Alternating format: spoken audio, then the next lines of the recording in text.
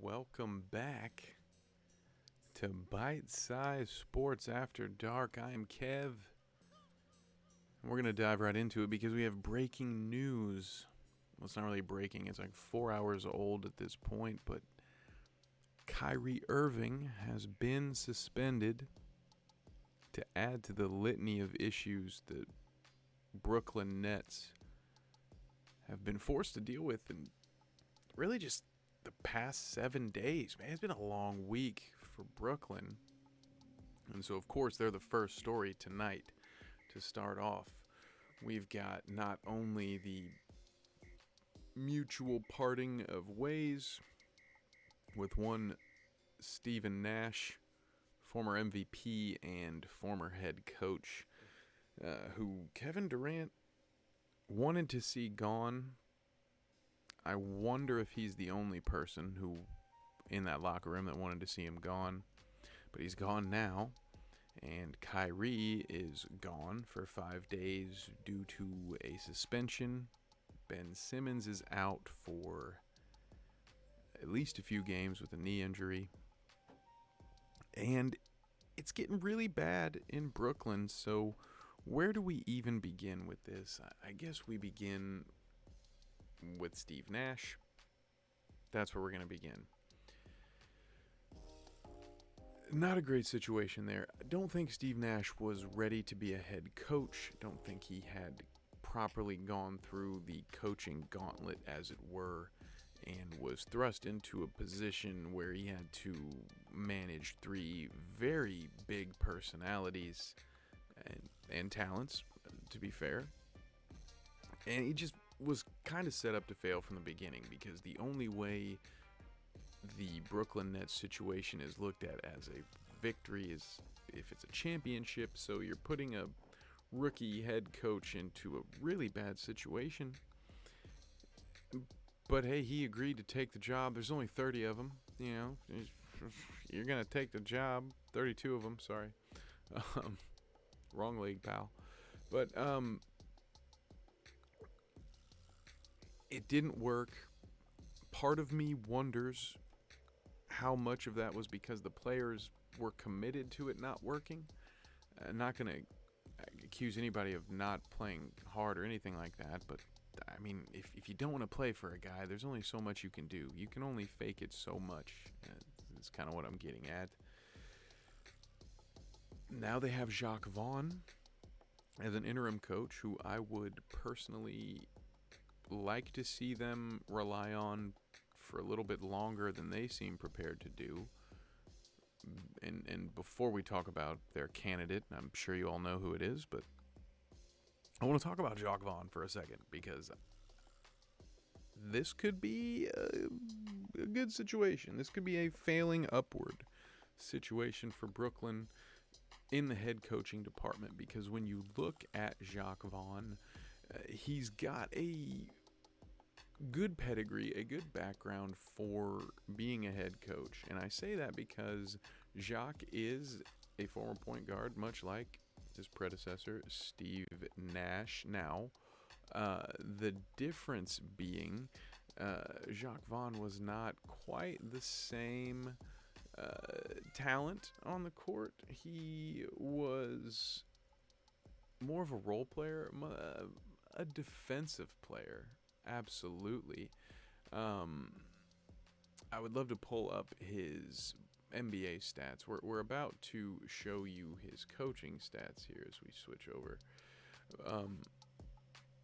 And they say, those who cannot do teach.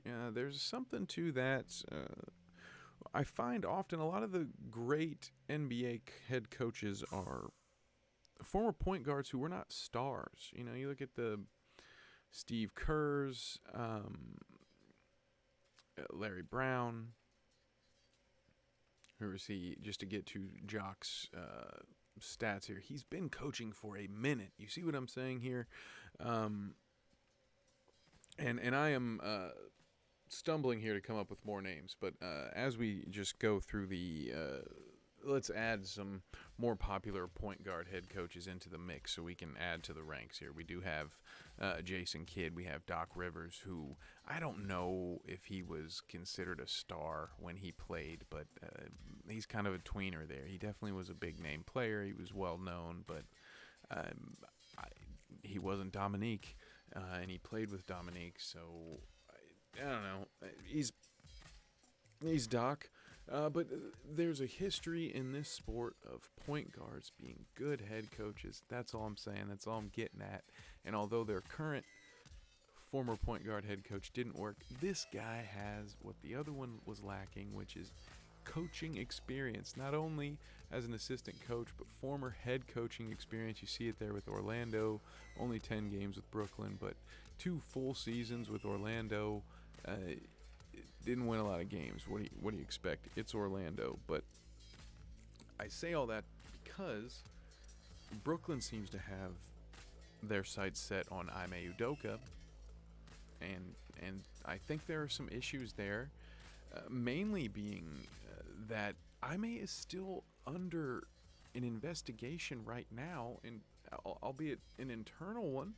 He is being looked at for whatever issues he's being looked at, and just because it's being kept in-house by the Celtics right now doesn't mean that the NBA won't eventually get involved in it. So I'm iffy on hiring Ime Udoka right now. I think it's worth pointing out that any suspension would not be applied. It's a team suspension, as I just mentioned.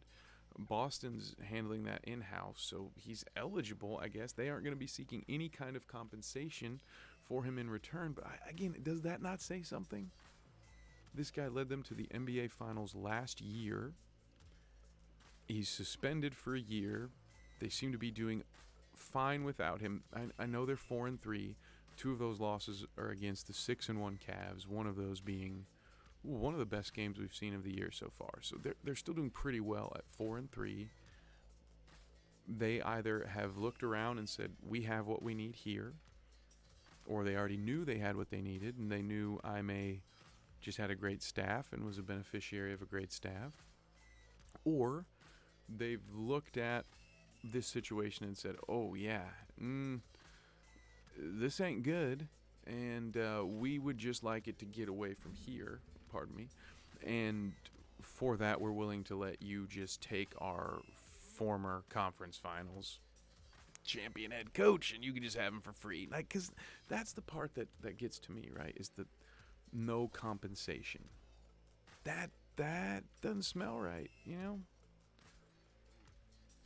Just going to let a coach like that go. There has to be a reason. And if I'm Brooklyn, I'm just rolling with what I got in Jacques Vaughn for a while. It does 2 things. It allows you to see if you have the right guy in-house, a guy who, again, has a lot of experience, is a former player. Not that Ime is not. Ime is, of course, also a former player. They both have that going for them. So either way, you're going to have hopefully a locker room guy. But with all that stuff that's going on there, do you really need to add more gas to this fire? That's the part that makes my brain overheat, is of all the candidates, there's nobody out there that tickles your fancy, that maybe, I don't know, isn't gonna make life harder for you, that isn't gonna bring more negative attention to your team. It's bad enough right now in Brooklyn. So why they'd be looking to Ime Udoka to solve this problem is honestly beyond me, you guys. It really is. But Kyrie is out for 5 games, and we're going to talk about it briefly. I'm not going to dive in too much to that whole aspect of what he was talking about and how much of it was right and wrong and all of that. People have been going in on that for quite some time. You can find it all over. I will simply say what I know. We're just going to talk about the facts quickly and talk about the basketball of it, because that's really at this hour of the night. That's all I'm here to talk about. So, if you don't know, Kyrie supported a film that had some anti-Semitic things in it, and at one point he disavowed parts of it. Adam Silver then came out and said that that wasn't quite good enough and wanted an apology. Kyrie refused to apologize, and now the NBA has suspended him for 5 games for refusing to apologize for anti-Semitic remarks. Actually, hang with me here for a second. I thought I had saved the alert, but apparently it's gone. That's very unfortunate. I thought I had it saved. There we go. Breaking news. Nets suspend Kyrie Irving for at least 5 games without pay for, and it quotes here, failure to disavow anti-Semitism, which is interesting. I guess that's, and this is why I'm staying away from the details of the why, because I personally I haven't even seen the post that where he platformed this movie. I haven't seen the movie. Obviously, it's had some negative responses to it, and there are aspects to the film that I believe Kyrie has already come out and said, hey, I don't agree with these things. So I know a small chunk of it, and again, I'm not even gonna talk about the conspiracy theory or whatever the idea is behind it, because goddamn, I still get heat from Larry Johnson's crazy ass. So, or not him, but the video I made about him. So we're not here to do that today. I am not doing it. Not here for it. The one thing I will say is the refusal to send out an apology when it was asked for is essentially, I think, the part that you can break down here. There's 2 ways to look at it. You can take the perspective of, hey, Kyrie is an individual, he's a person, he has every right to say what he believes and stand up for it. If he truly believes it, doesn't want to apologize for it, that is technically his right. Most workplaces have policies against saying certain things, and if you say those things that are against those rules, you'll face a punishment. 5 days without pay is not all that harsh for someone who's offended before, and obviously, don't get me wrong, he hasn't done anything anti-Semitic to my knowledge previously, but I know he has been a thorn in the NBA's side before. It's not the first time. I'm sure he's faced disciplinary action from the league. Pardon me. So here's my thought on it as a former player and team manager and coach at much smaller of a level, but being in many a locker room, I don't know, man. This just felt like if the reality of the situation is that all you had to do was apologize to avoid a 5-game suspension, and your team is replacing its coach, you haven't had a good start to the season. There's all of the stuff from last year that we're not even going to dive into. I don't need to recall for you all the drama and turmoil this team went through last year, but Kyrie had a hand in it.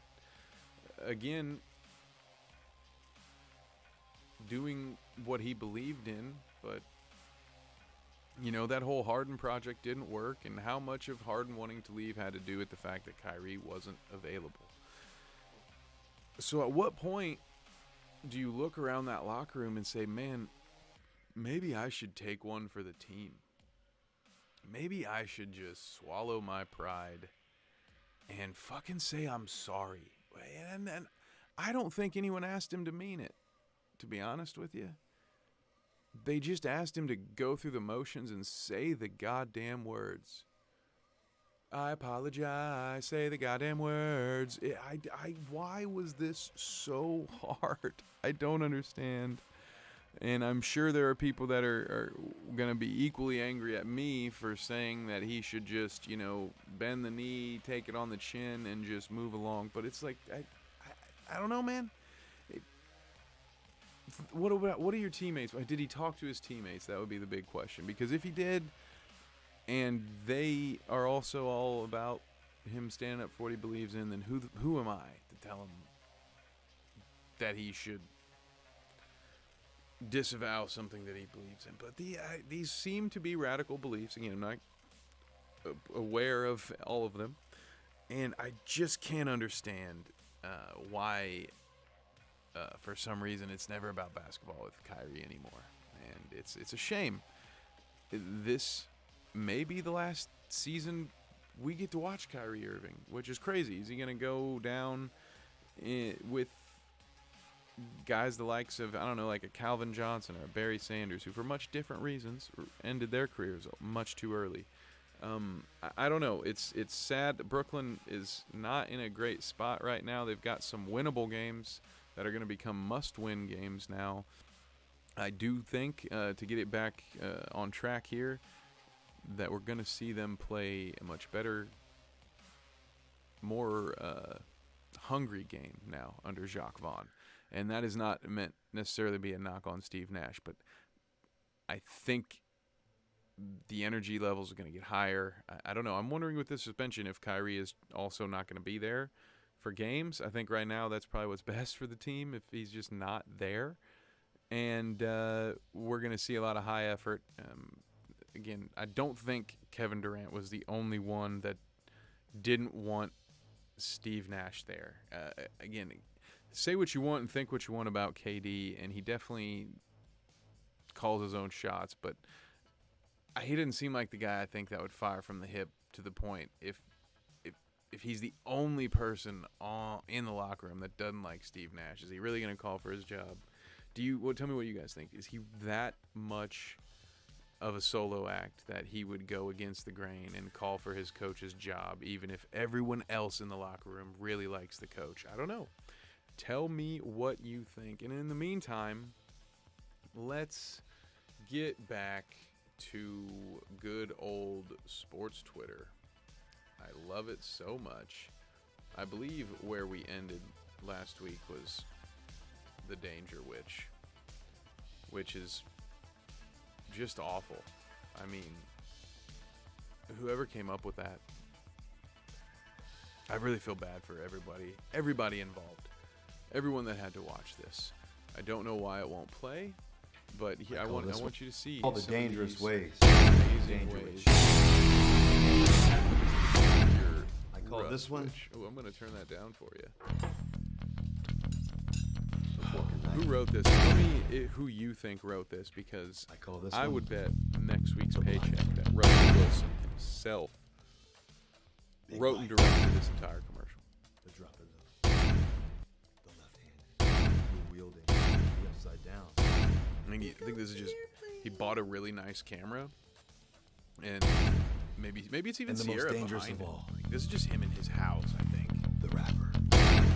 Bought that Halloween costume of a jacket, and there you go. That's all the ways to eat a plastic sandwich made by Russell Wilson. Yeah, did you think this was an ad, Subway? Hell no. Listen to me, man. Hey, other advertisers out there, I love you, but nah, unless you also make your sandwiches out of plastic, in which case we ain't cool, man. No Subway ads here. The only reason you're seeing that is because of how goddamn awful it was. Let's move on. Speaking of goddamn awful things, what is Antonio Brown's Twitter feed at this point? It's just ridiculous. None of this shit makes sense. He's writing weird, like, nonsensical haikus and other kinds of poems and shit. It's so bad. You want to feel bad for this guy, but then you also can't, because he pulls his dong out in a pool and sticks his ass in a woman's face, and he just does all kinds of crazy, inappropriate things with the Tom Brady situation. Like, that's your teammate, and there has to be some bad blood there, but and I take every shot I can at Tom Brady. This channel is known to take shots at Tom Brady, but in my opinion, if there's anyone that at surface level should have nothing but nice things to think and say and feel about Tom Brady, isn't it Antonio Brown? Who else stuck their neck out for AB not once but twice? Tom got that dude to 2 different teams. Don't forget about that. Don't forget about the 1 week failed project in New England. I think he was there for longer than a week, but he didn't play there long. And it's just very odd to me to see him take so much joy in Tom's downfall and really just sink his teeth into that. And I despite all of AB's ridiculous behavior, I tend to still think that there's some genuine animosity there, and I don't think it's all manufactured by AB. He and Tom had to have gotten into it at some point over something. Maybe it stems from AB walking off the field the way that he did mid-game. Maybe Tom had some choice words for him after that, and that was what called it. So in that sense, I would maybe retract my previous statement slightly or amend it to say that it could very well still have been caused by AB, but there's something there. What I'm trying to say is I don't think he's just trolling Tom Brady for no reason. I think there's some genuine bad feelings there. To quote AB himself, Lil Bro might be on his menstrual cycle. I don't know. That seems a weird thing. I don't know. Not quite sure how it would work, but that's not what I'm here to do. I'm just here to share funny sports tweets with you. There was some news that happened. Yeah, Christian McCaffrey headed to the Niners, the team with the most often injured backfield in the history of backfields, or history goes and trades for the most injured star running back in the history of running backs, and also history. Yeah, I did it twice. But not only that, the Niners then went and traded Jeff Wilson Jr. to Miami, where he is rejoined by fellow former 49er Raheem Mostert in Miami. Wait, I said that twice too. Chase Edmonds no longer there after the Bradley Chubb deal. A lot of moving parts in football. But not so sure about that trade for the 49ers. As when he's healthy, I mean, McCaffrey and Deebo Samuel, yeah, that is just, it makes you want to drool. As Ian Rappaport said, they're massive. However, Christian McCaffrey gets hurt a lot. He gets hurt a lot, to say it properly. Easy for me to say pal. And I just don't know. If this team will be able to hold it together and just, there's still the Jimmy G of it all, I'll just say that. Chris Cooley, former commander with the different kind of hat. There we go. Does this cover it? There we go. Look at that.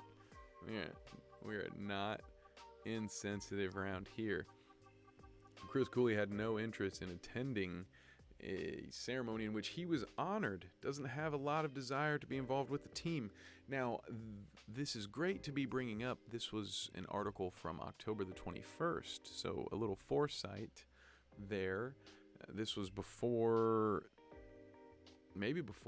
right around the time of the Dan Snyder, Jim Irsay back and forth. Just more negative, admittedly, well, it's evidence. Circumstantial. Thank you, Brain, for getting there 20 seconds late after I've already fumbled it. Admittedly circumstantial evidence, he said smoothly. However, it does not look good now that we are seeing that Dan Snyder is in fact selling the team. I wonder if Chris Cooley will be interested in being celebrated at a later date when there's new ownership, which may be the likes of one Jeff Bezos here. He's rumored, though I personally am rooting for Robert Griffin III and his 10 tweet followers or whatever the hell he's doing. He's bidding for minority ownership and claims to have 400 million lined up already. It's crazy. I don't know what he's doing. And this guy, Russ Westbrook, we were here to mock him, all of us, as he said he played solid on a night where he shot 0 of 11 and just had a very, very poor night. But this story has turned since then, and Russ has been playing well. We talked about it this very evening, or previously, if you're listening in the future, on The Bounce, episode 2 of The Bounce. So we talked about how Russ Westbrook going to the bench has been a bit of a good play by the Lakers.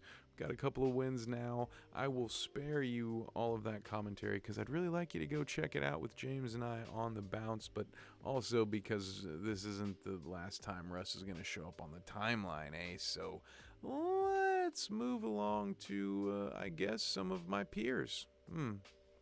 Yeah, this is good. Okay.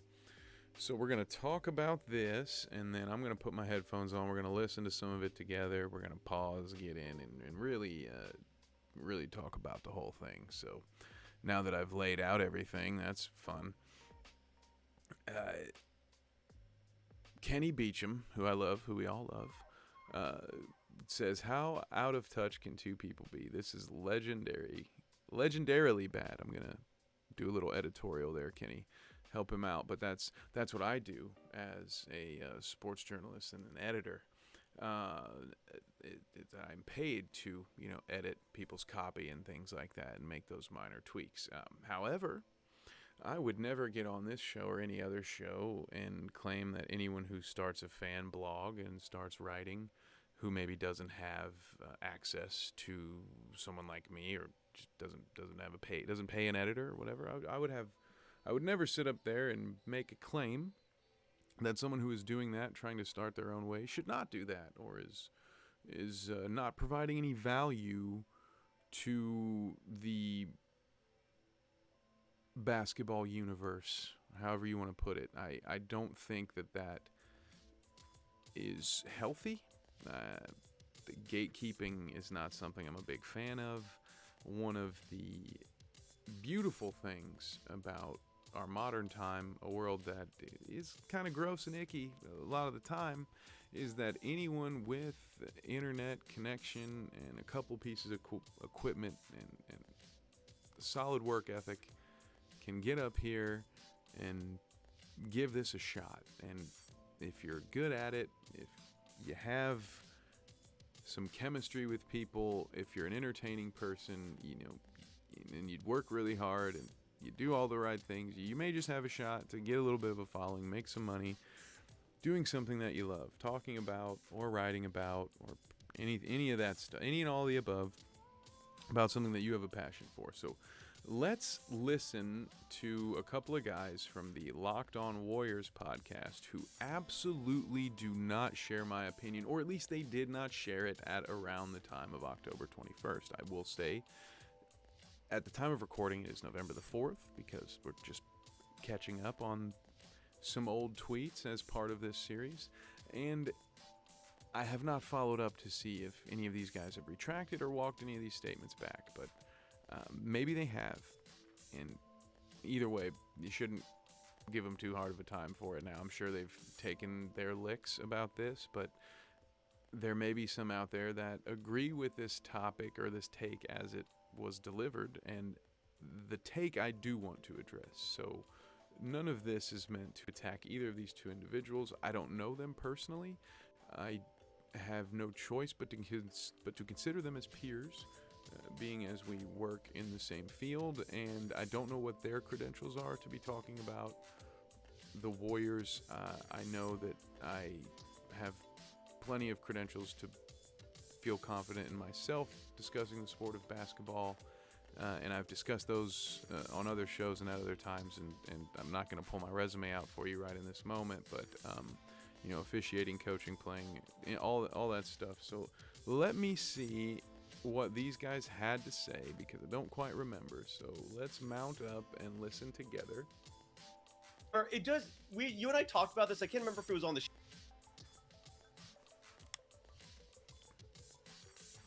What were they talking about together, huh? It does. You and I talked about this. I can't remember if it was on the show or off the air, about how ridiculous it is that so many people get their information or entertained by podcasts, by shows that feature people who have no connections, who have no background in the NBA. They're just like fans, but for some Okay. I should probably let him finish. Freeze and people love him. I One of the mean, big problems. I don't Yeah. I don't Okay, so before Connor jumps in, I wish I had some of the context from before this, but he doesn't understand why fans would listen to podcasts from other fans, from people who don't have sources.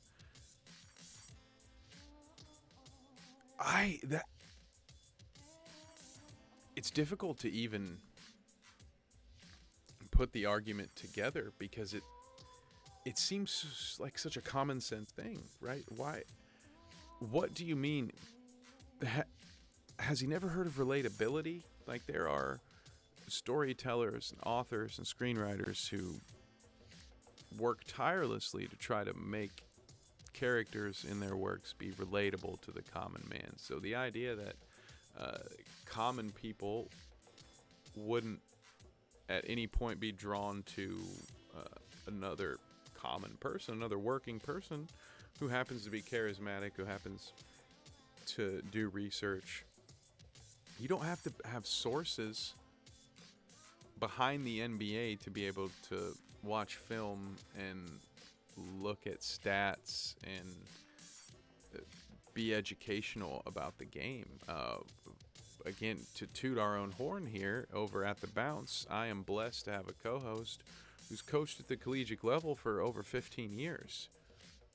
So is our podcast irrelevant and illegitimate because the two people who run that show have collegiate experience but not NBA experience? So we're not qualified to talk about the NBA because we capped out at MAC level college basketball. That doesn't track with me personally, because again, I have seen what value has been brought into my life from talking to people and listening to people who have not played in the NBA, who still know a lot about basketball. And I don't think either of these guys played in the NBA. I'm assuming that they just have sources. I don't know what it is that would make them more qualified than a fan other than, journalism school, which, again, that part of it, if they're writing and stuff, great. Understand maybe them having some issues with people wanting to read not professionals. I'm trying to meet them halfway here. I guess I don't believe what I truly just said. I don't really understand their issue. I get being frustrated, I guess. I don't know if you worked really hard and you spent a lot of money to go get a degree on something, and then someone else who just picks it up and starts a blog, and now they're your competitor and people are watching them instead of you. I can understand where that would frustrate you, I guess. But I don't know. I've waxed here for a minute. So let's let Connor chime in. What does Connor think about these plebs that are just stamping all over his green garden? don't have a problem with that if those hosts, and look, I'm good friends with Bram Hillsman, who's the host of Warriors Huddle. He's a very close friend of mine. He would tell you he's just a fan of the team. He's not an insider. But the thing that I respect about his Cyrus loves that he's laughing. All right, show is that he has experts on and all the time, and I do think that dynamic can be really good. But if a podcast is just a couple fans sitting around and pontificating, why should I listen to you? Because Agreed. you don't know anything more than Joe Schmo walking down the street. You haven't you haven't talked to anyone. You don't have any actual insight. Yep. Oh, boys, wait till they hear about film critics. Oh my God, would you believe that there are teenagers out there that make money reviewing films on YouTube? The audacity of these children to go out there and think that they are worthy of putting their effort and their time into studying something and practicing it and putting out some content that then other people are intrigued enough to watch. How dare you? How dare you, sir or ma'am or they? How dare you go out and make content that us plebes might want to watch? You don't have connections You're not film experts. You're not a former scout for the Atlanta Hawks. Why do you have a podcast? Excuse me. Hello. Why are you not inviting former New Jersey Nets athletic trainers onto your podcast? That's the only reason I would ever listen to your dumb ass, is if you had experts there to talk to, okay? Because otherwise, I don't want to hear it. And now, guys, I'm just going to say, if you're going to dog on fans for being low effort content producers, like, put a little more effort into your podcast. You guys are on StreamYard. Shouts out. StreamYard's dope. I have no issues with StreamYard. But, like, these guys are shitting on fans. Meanwhile, their podcast looks like a fan's podcast. These guys are both, like, Cyrus is in his bedroom, which, again, is fine. I'm not asking a grown man to put a bunch of Warriors shit on his bedroom wall. Like, trust me, look, listen, this is all for the brand, baby. I like this stuff. I made this stuff, so I like it, but I don't love having just, like, sports collages in my bedroom 24/7, but it's for the brand, baby, as Patty Mack would say. Connor's over here recording in his closet and or guest bathroom, dunking on dudes who don't have experts on their podcast. Well, bro, you don't look like an expert recording in a spare room from the Overlook Hotel. So you know what I'm saying? Like, let's just not be so critical and watch the content and see if it's good, see if it's worth listening to, and then pass some judgment on it, if that's what you want to do. But this whole thing, I don't know where it came from on their podcast, but man, this was just a shit take, boys, in my opinion. But I'm going to let you finish. Absolutely. And there's some Absolutely, networks out there, brother. like, I don't know, one called Blue Wire. And the problem is networks like that tarnish the image of all the other shows. Oh, so we found out who's stealing this dude's views. Blue Wire. Okay. So now we know why your grapes are so sour, Cyrus. It's because the Blue Wire is probably taking your views. Now, I don't know anything about the Blue Wire. Maybe they are a bunch of hacks. Maybe Cyrus has a leg to stand on. But this just sounds like a dude who's losing the fight, and he's mad because a couple of fans are running a more entertaining show than he is. I don't know, Cyrus. Maybe the fans didn't spend 2 minutes complaining about what other people are doing on their show, and instead maybe they just talked about, maybe they were locked in on the Warriors. You know what I'm saying? But maybe they were locked on Warriors. Y'all should just lock on the Warriors. Shit. Hey, they did something right, though. 739,000 views. That's like, man, that's multiple months. That's months for my channel. Goddamn.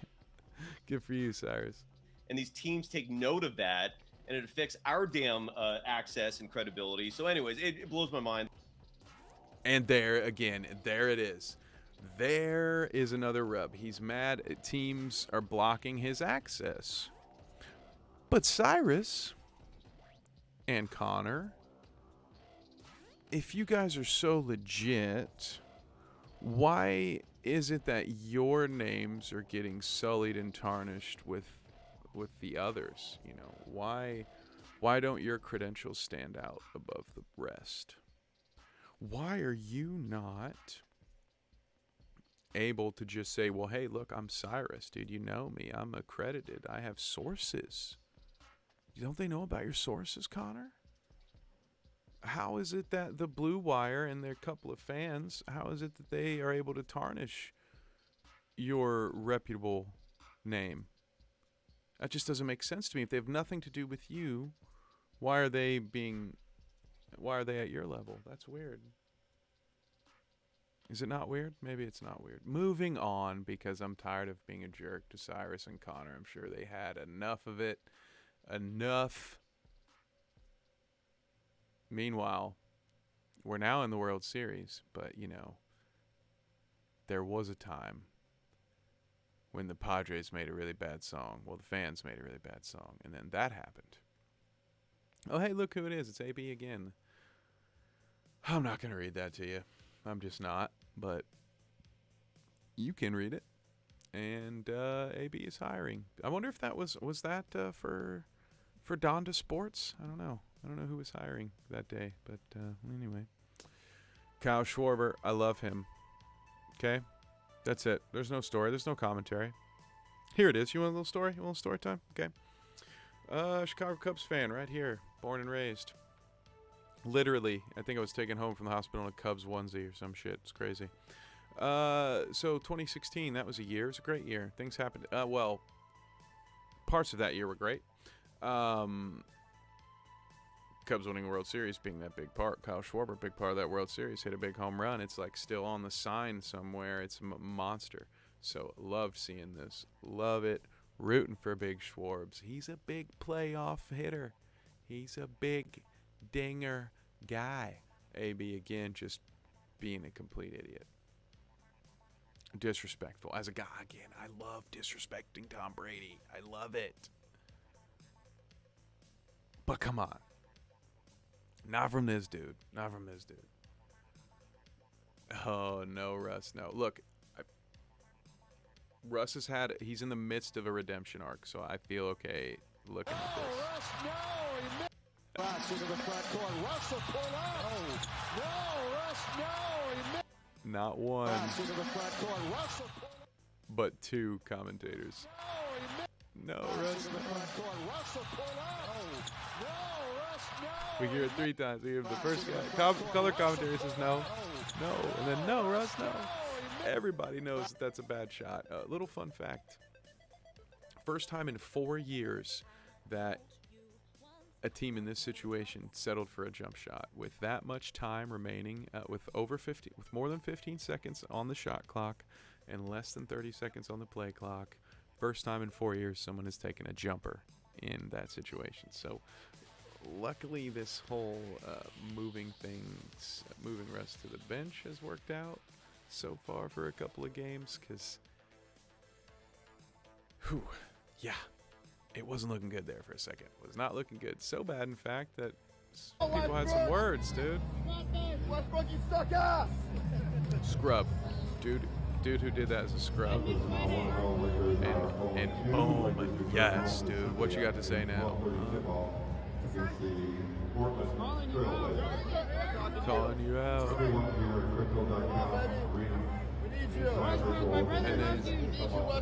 And then he says, oh, I love it. Westbrook, you suck ass!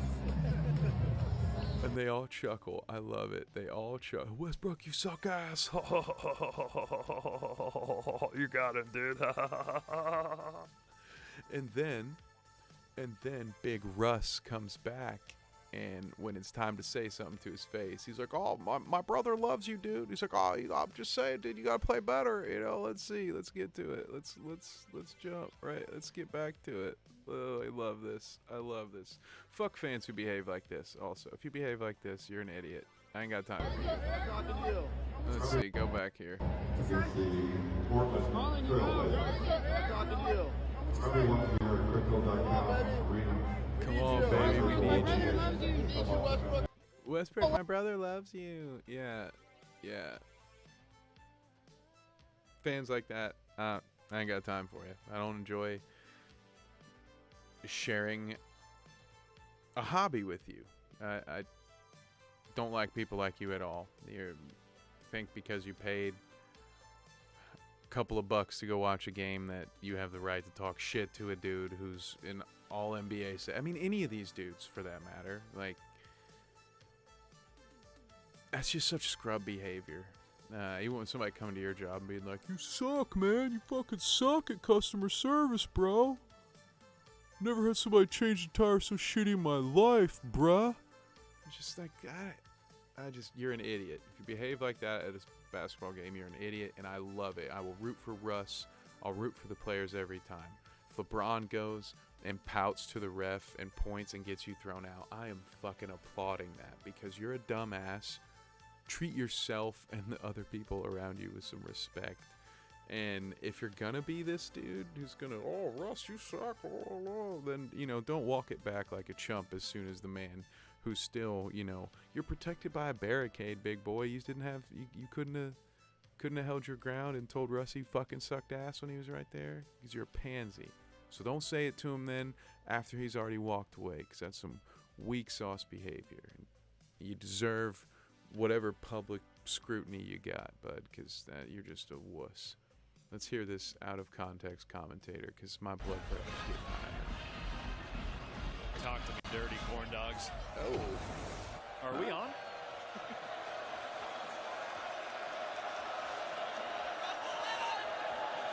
So much silence. Let the field back. So much silence. I love that.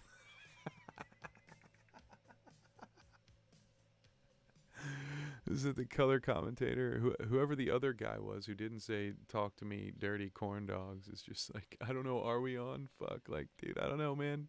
I'm not going to be the next guy to say words. So you're going to have to say something. Please say something.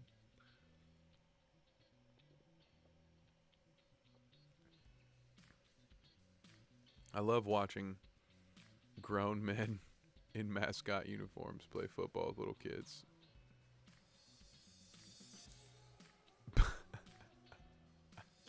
Like, I don't know if I really do love it, but I mean, it's comedic. I think it's. I mean, that is hilarious. That's hilarious. There's some safety issues here with an adult, like.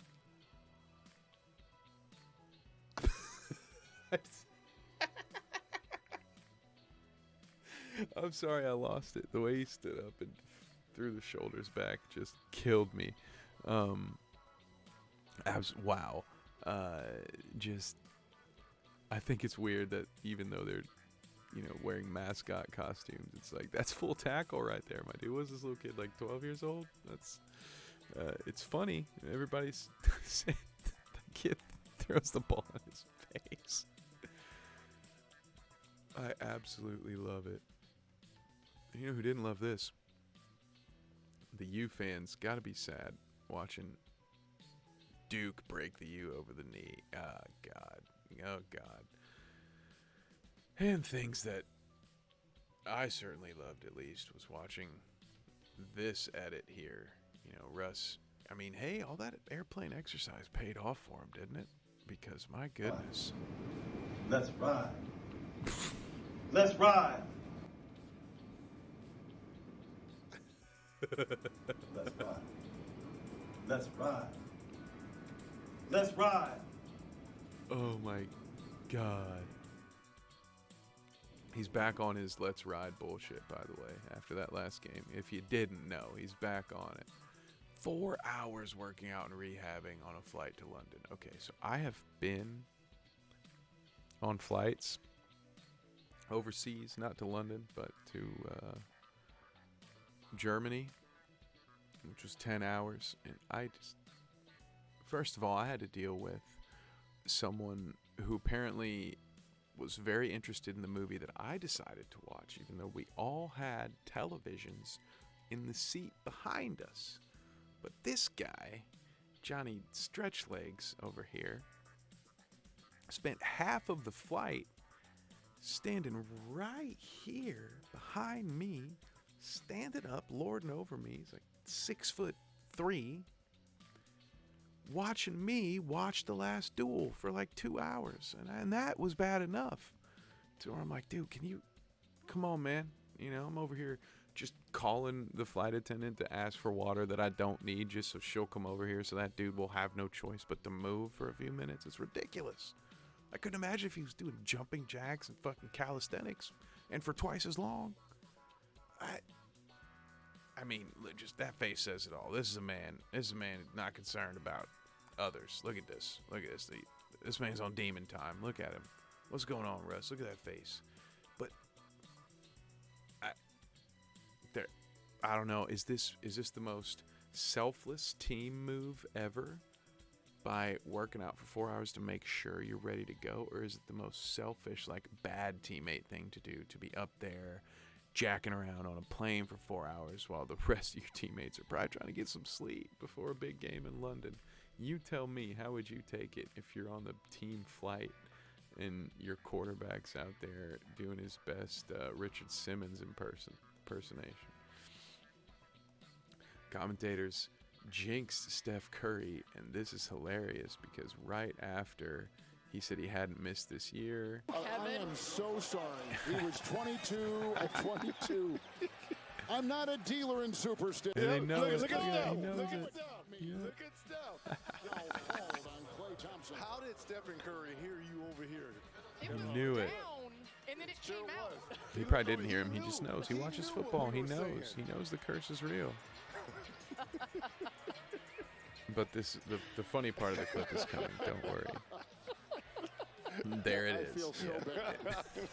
Look at 'Cause us. they pointed. We're the ones We that were laughed. dropping down. That is why. That's why he saw it point to him, because Reggie and Candace are like, oh, yo, who's this dude? Hilarious. Oh, this is a funny story. All right, so we're going to listen to a little bit of this. I'm definitely going to have to pause it. and Exactly jump what we in. needed to do. And so we just had to do them better. We had a couple of mess ups. And in game 5, I think, This is talking, of course, 2016 finals. and, stay at home. And I thought we actually really could win. I didn't think it was over. And, Draymond got suspended game 5. We came out, Kyrie and Bron both have 40. So after game 5, actually, we Kyrie were and going home Bron for game both had 6. So we 40. won Those were the game 5. days. We're in the locker room. And I had everybody in the locker room give me $200. So all the players, Mr. Gilbert, Griff, everybody give me $200. So he collects money. It's a bold strategy. I didn't think $200 would work. Like, this amount of money, I didn't think would work with NBA players. But let them continue. They said, what you doing with this money? So I wrapped it up and actually got the video on my phone. And I put it in the ceiling and said, we're coming back for game 7 and get our money. And so we go.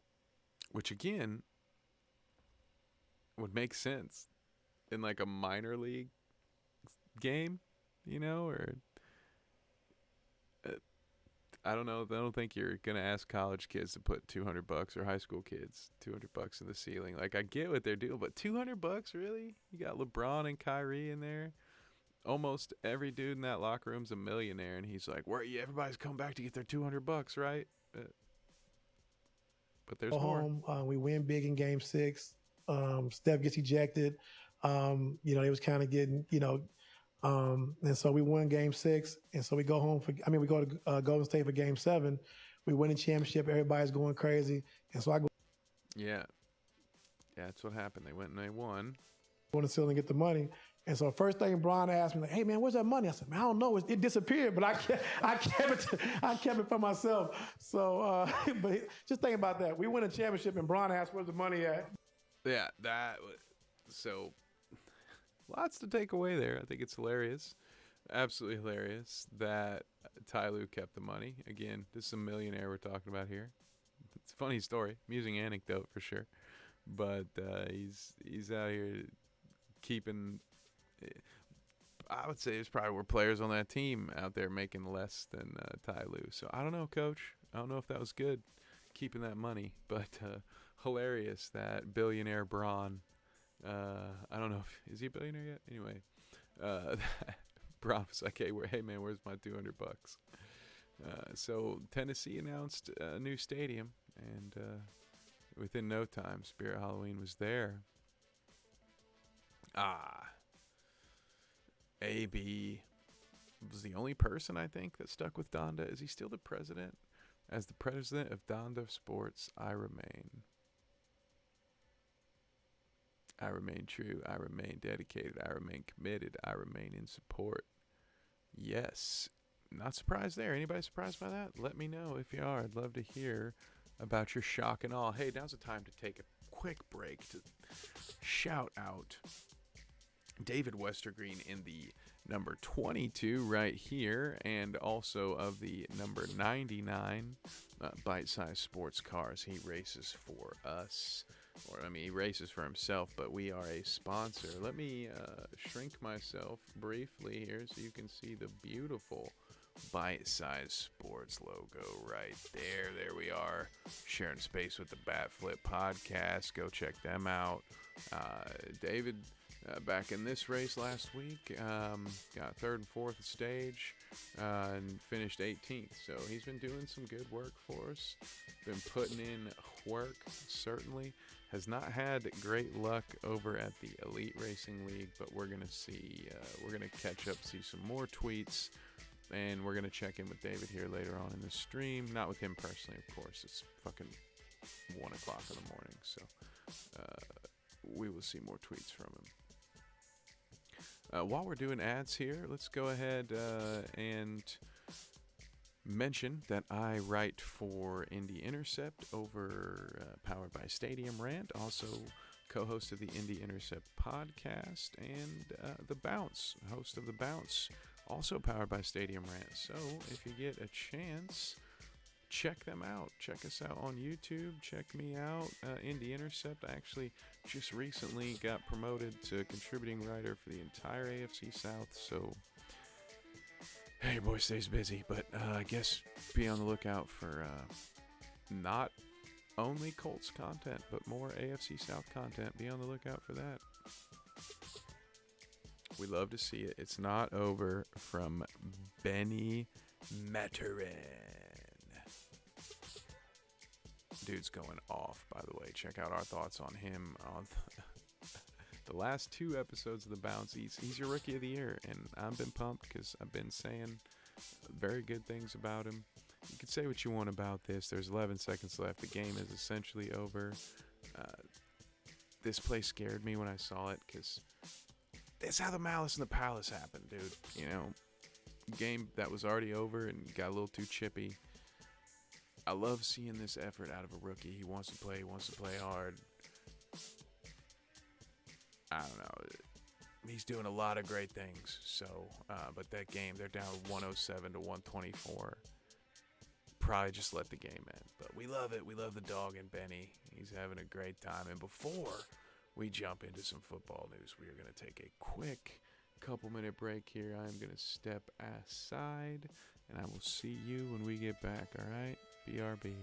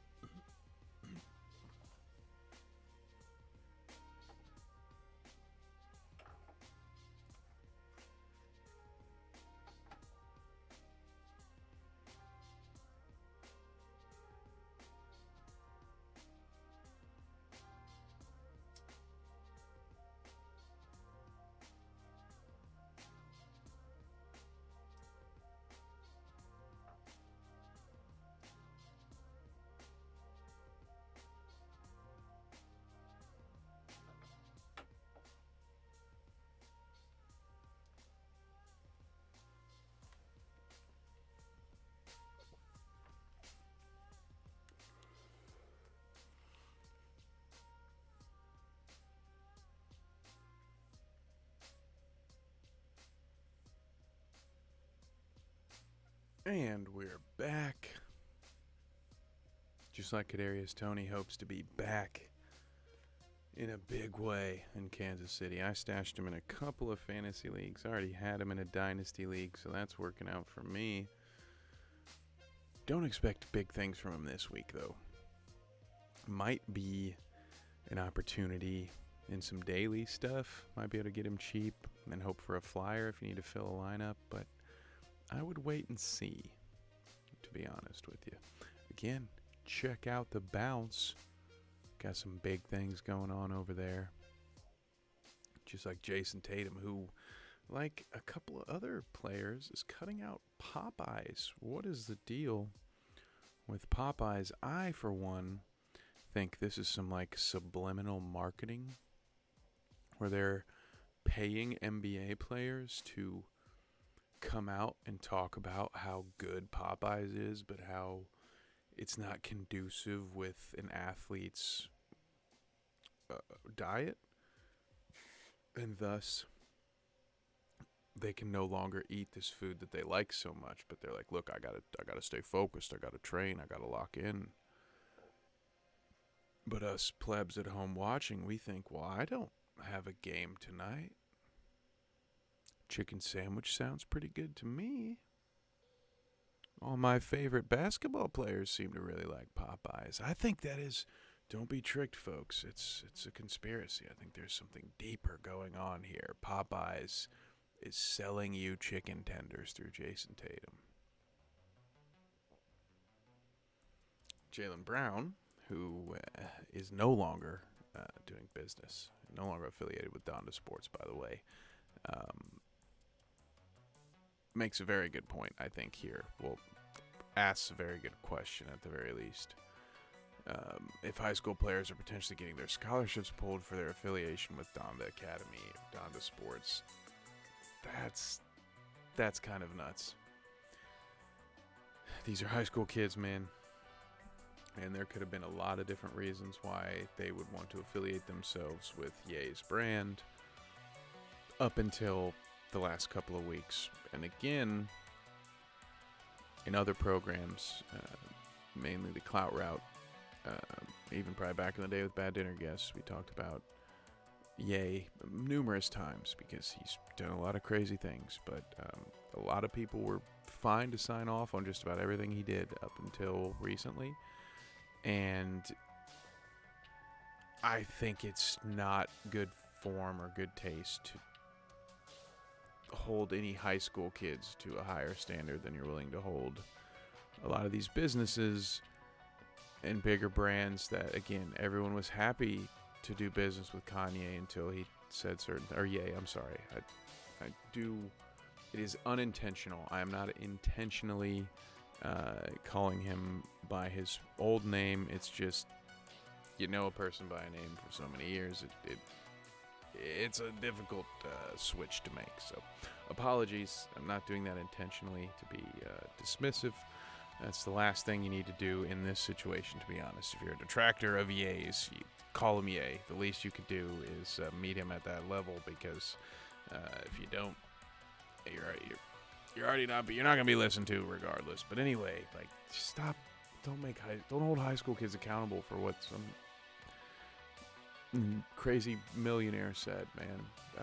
I'm sure their parents, I'm sure there were a lot of enticing reasons for them to sign with him in the first place. It just, I don't know, man. Not a good look, in my opinion. What is a good look is pay him now. The smartest fan of all time. There you see the sign, drops the sign, through the tunnel, boom. And shouts out to Alex Highlight Heaven, man, dude.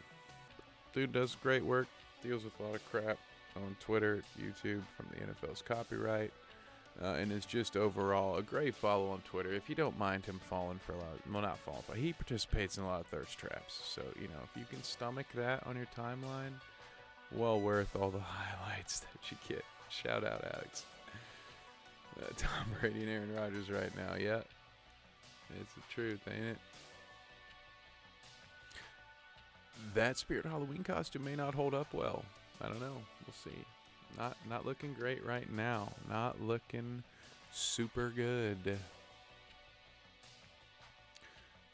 Let's see. You know what? We'll go to the story. Since we're back here, since we are back to the Kyrie thing again that we started on when we opened the show, let's just indulge ourselves and go down this rabbit hole, shall we? Mother of God. Kyrie boosts a movie peddling Jewish slave ships. Okay. Many famous high-ranking Jewish people have admitted to worshiping Satan. Wow. Okay. So some of you may not know. Newer listeners may not be aware. I've talked about this at length on other programs, many other programs. Some of them that I literally just mentioned in the last segment, like the Clout Route, and much more so on Bad Dinner Guests, where I specifically covered conspiracy theories and dove deeply into many of those communities for the sake of just my own curiosity and for the content that we were making at the time. And I recognize in one sentence, I recognize so many things that I've seen before. No, Rolling Stone, I am not going to pay for your articles. Crazy, by the way, people, online magazines. You wonder what. Anyway, I'm just going to shut up. Rolling Stone, stop trying to get people to subscribe, man. Just find a different business model, dude. No one's going to pay a fucking subscription to Rolling Stone or anything, whatever. I think it's dumb. This is why they are dying. But anyway, if you would like to subscribe to the Rolling Stone, please go ahead and do that, because I'm almost out of free articles. Hours before another Brooklyn Nets loss on Thursday, noted free thinker, in quotes. That seems reductive, doesn't it? I would just say self-proclaimed free thinker instead, and then it doesn't sound like you're trying to shit on him and call him not a free thinker. Which, again, it's easy to do that within the context of this particular argument, but again, I'm not the morality police here, but it's easy to shit on people when they're making a really bad stance, but I don't know. It's just when someone's doing something that shitty, don't do things that could lend sympathy to them, right? Like, Kyrie's in the wrong here, so don't mock him and then lend, in that way you kind of lend some credibility to him when you mock him. Just let his argument mock itself, so to speak, if that's what you believe. Don't quote him as free thinker. Just call him a self-proclaimed free thinker. Let people figure it out. Whatever. I've critiqued way too much of this article for only being 2 sentences into it. Jesus Christ. Noted free thinker and basketball player, Kyrie took to Twitter to boost a movie and book. Can I even find the original? Let's actually, let's go to, try to find this Kyrie. I want to see his original post. Anyway, actually, we'll see if maybe it's screenshotted in the article. Back to the article. The 2018 film Hebrews to Negroes. Yikes, stuffed with anti-Semitic tropes. Okay, so this is a pretty common thread in the conspiracy theory lore, I guess, to call it. Lore doesn't feel like the right word, but it's the one we're going to use. The idea that black people from Africa are I guess here I am about to use quotes, with respect, quoted, true Hebrews. That's a theory I've heard plenty of times, and that part, I think, if someone wants to believe that, I don't have a problem with it. I don't. Religion is subjective to me. I don't believe that any one of them are particularly right. And even if one of them is right, it's not for me to, that's not my call to say that any particular religion is right or wrong. So if your religion or your beliefs are that as being a descendant of Africa, you are the true child of your God, like I don't have issues with that stuff. Like it's I don't care. When it comes, religion is the way I see it. It's something that we use to kind of contextualize the parts of life that we don't understand, and help us create rules that, generally speaking, will lead to us being good people. And in that sense, like, look, religion is a good thing. It can be used for evil, and it sadly is used for evil a lot. But look, I'm not here to shit on anybody believing what they want to believe about their own people's history and stuff like that. So I'm just going to kind of get that out of the way, because there's just a whole lot of gray area in this, and I think that's part of what has happened here. Even Kyrie himself has disavowed certain parts of this movie, but I think that was not deemed good enough by the NBA and Commissioner Adam Silver, and maybe we'll learn a little bit more about that as we read on, because we are going to just go ahead and read on and see what else is here. Because the film was directed by Ronald Dalton Jr., based on his 2015 book of the same name. So a guy wrote a book in 2015 and then made the movie in 2018, okay? A description for the film states that it uncovers the true identity of the children of Israel. You heard this? This is not a new thing whatsoever. So this idea of it uncovers, sure, whatever. Go ahead. We're just going to press on. Since the European and Arab slave traders stepped foot into Africa, blacks have been told lies about their heritage. Both suggest Hebrews to Negroes espouse ideas in line with more extreme factions of black Hebrew Israelites, which have a long history of misogyny, homophobia, xenophobia, Islamophobia, and especially anti-Semitism. So, well, it sounds like, as far as religions go, that this is one that is rooted in a lot of negativity.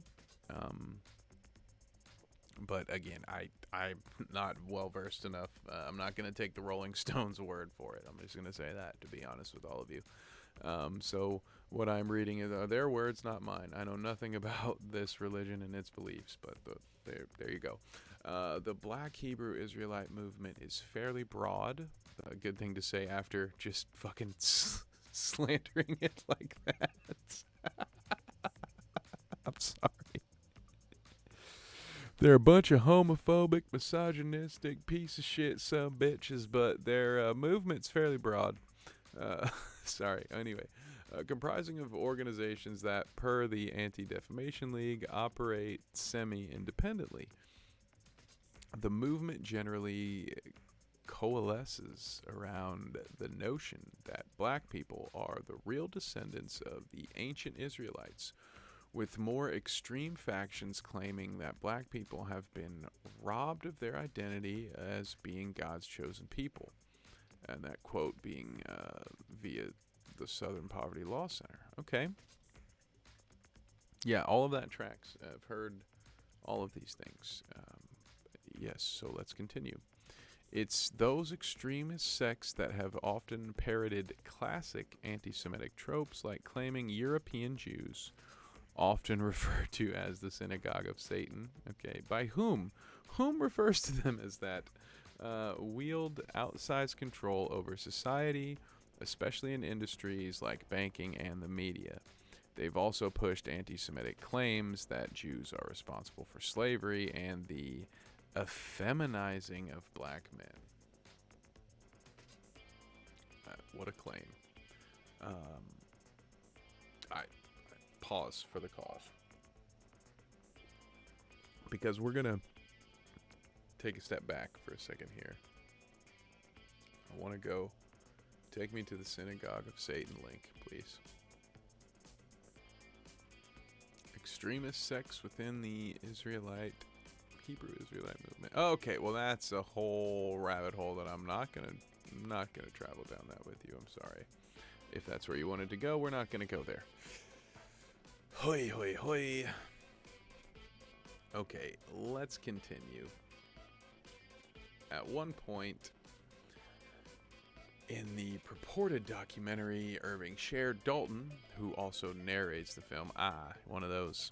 He's one of those guys. He wrote the book, wrote the script, directed the movie, narrated the movie. He really likes to hear himself talk. I hate those guys. Do you guys know guys like that just like to hear themselves talk and like just podcast about everything and live stream a bunch of stuff and act like their opinions are really important and that people should listen to them, and I don't know, like and subscribe and stuff and comment below and let me know what you think about people who totally aren't me, who are less cool than me, who just like talk too much and like to hear themselves talk. Like, what's up with that? So weird. Let's see. Dalton brings up the real truth about the slave trades.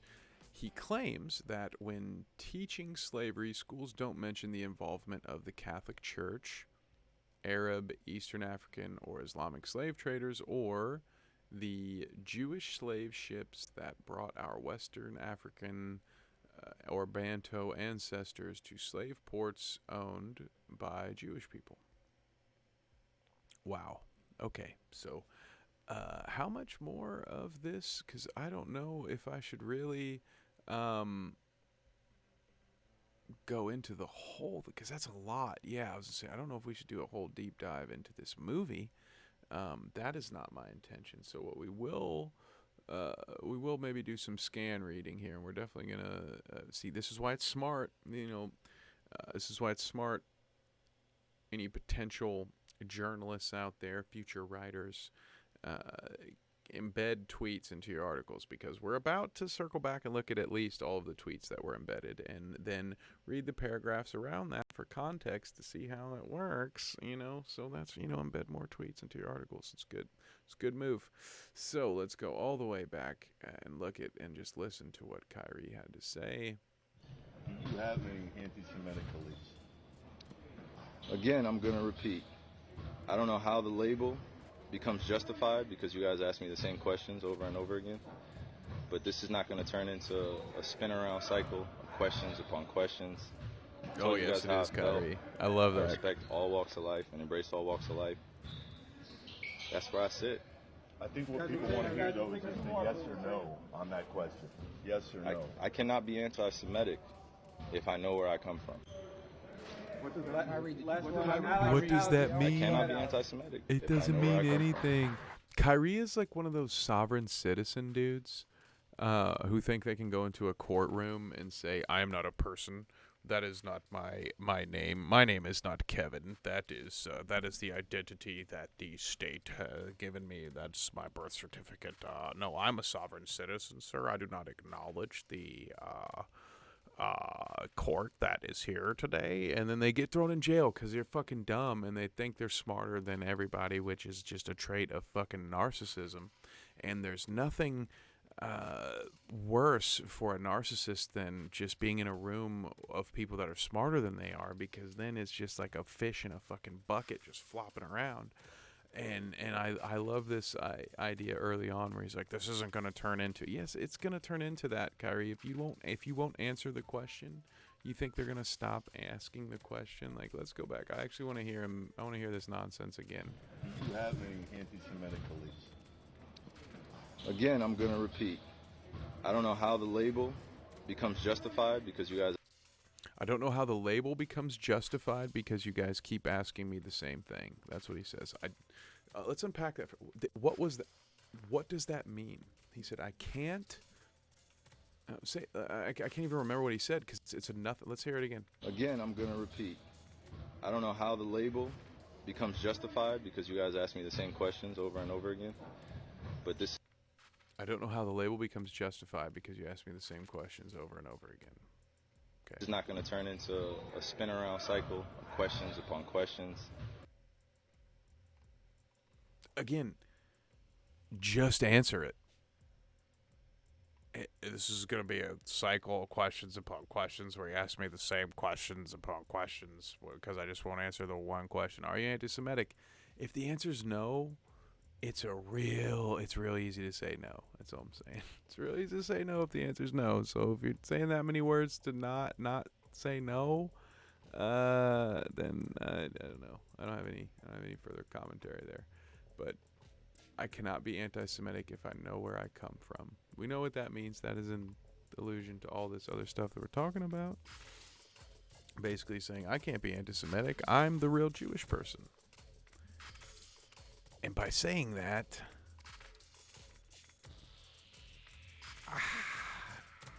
based upon the current definitions we have of anti-Semitism, suspension's starting to make a little more sense. I'm an omniist, and I mean no disrespect to anyone's religious beliefs. The anti-Semitic label that is being pushed on me is not justified and does not reflect the reality or truth I live in every day. I embrace and want to learn from all walks of life and religions. Okay.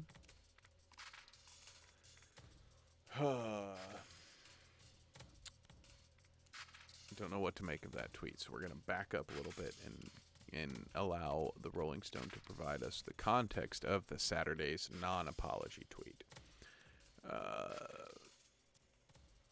And see, this is where, even though he literally shared works that are clearly anti-Semitic, this is where, it has a definition, right? Like, it's I don't think it's one of those things where you can just say, well, it's a gray area. I don't know. Am I anti-Semitic? Probably not. I mean, I agree with everybody except, that I don't. I still just can't wrap my brain around this guy sharing this stuff on Twitter. Like,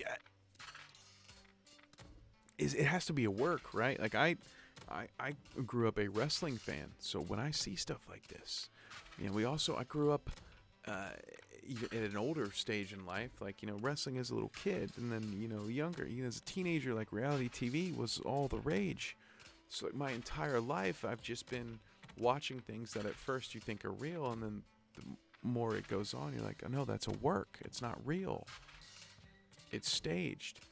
And I see stuff like this, and I'm just like, there's no way that a millionaire is this dumb. Like, this has to be part of his plan, right? He's doing this. There's a reason, isn't right? Like, no, like, my brain can't grasp it because it doesn't make sense why someone would work this much, this actively, at least. Someone would work this actively against their own interests in the way that Kyrie has, and I don't understand. It makes no sense. He stands nothing to gain from this. Which lends me to think that he truly believes it. Right? It's so very confusing. It really is. And I've spent way more time on this one particular rabbit hole than I intended on spending.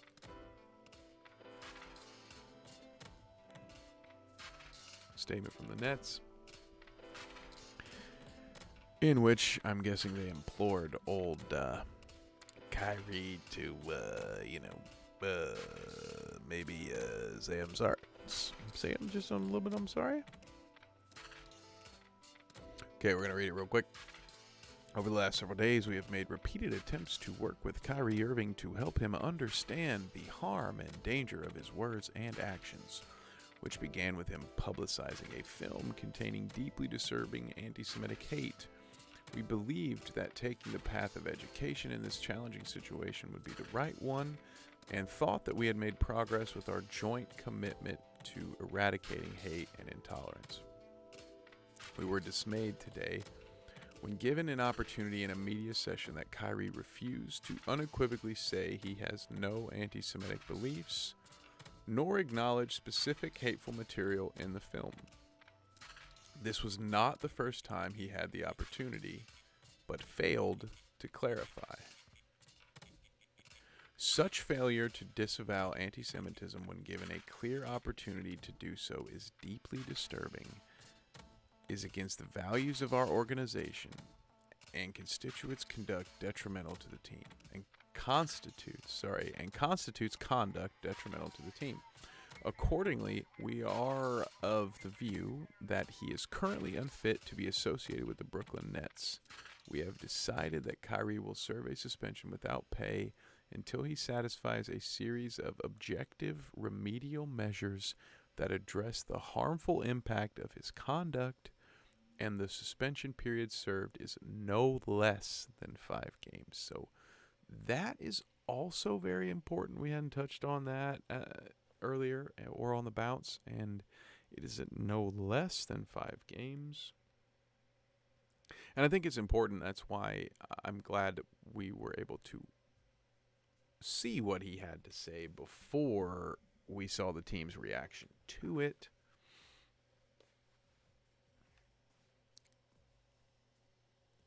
I have to I just have to say, yeah, it seems it's like a complete L from Kyrie here, in my opinion.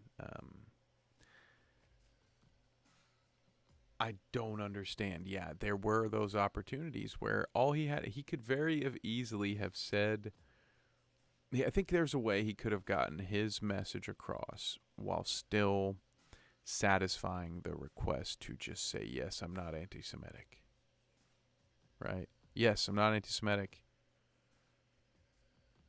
I believe, I don't know how to frame this argument. It's not one that I will ever have to frame. I am neither Jewish nor am I from a lineage that claims to be the true Hebrews, so I won't ever have to make this apology or make this statement, but I'm gonna try real quick.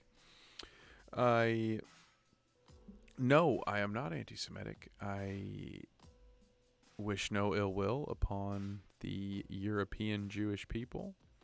I am of the belief that I am a descendant of the true Hebrews, God's true chosen people. But I respect all religions and all walks of life, and my beliefs are in no way based on the hatred of another people or another religion. Did I do okay? Was that all right? Was that so hard? 0 prep time, no PR team, no millions of dollars. I think you could take what I just workshopped in front of you live and put some money into it with the resources that you have and do a much better job, and then this whole thing would be over, and then you could go back to thinking whatever weird, crazy things that you think back there about the world being flat and any other stuff that you're not talking to us about. And then you could have gone on and played hoop, and I don't know, maybe just for once in your life, at least since maybe not once in your life, but for once in the last half decade, just been a good teammate, dude. Just stop being such a pain in everyone's ass. Or just retire, because you want your cake and you want to eat it too, and I'm just really annoyed with it. I know you want to be more than a basketball player, but maybe some days, the days when you're supposed to play basketball, maybe be a basketball player, but I digress. Who am I to silence the genius of our times that is Kyrie Irving? And that's about it. Yeah, I'm not going to go any more into this movie that he has pitched and whatever the parts that he disavows, believes, doesn't believe.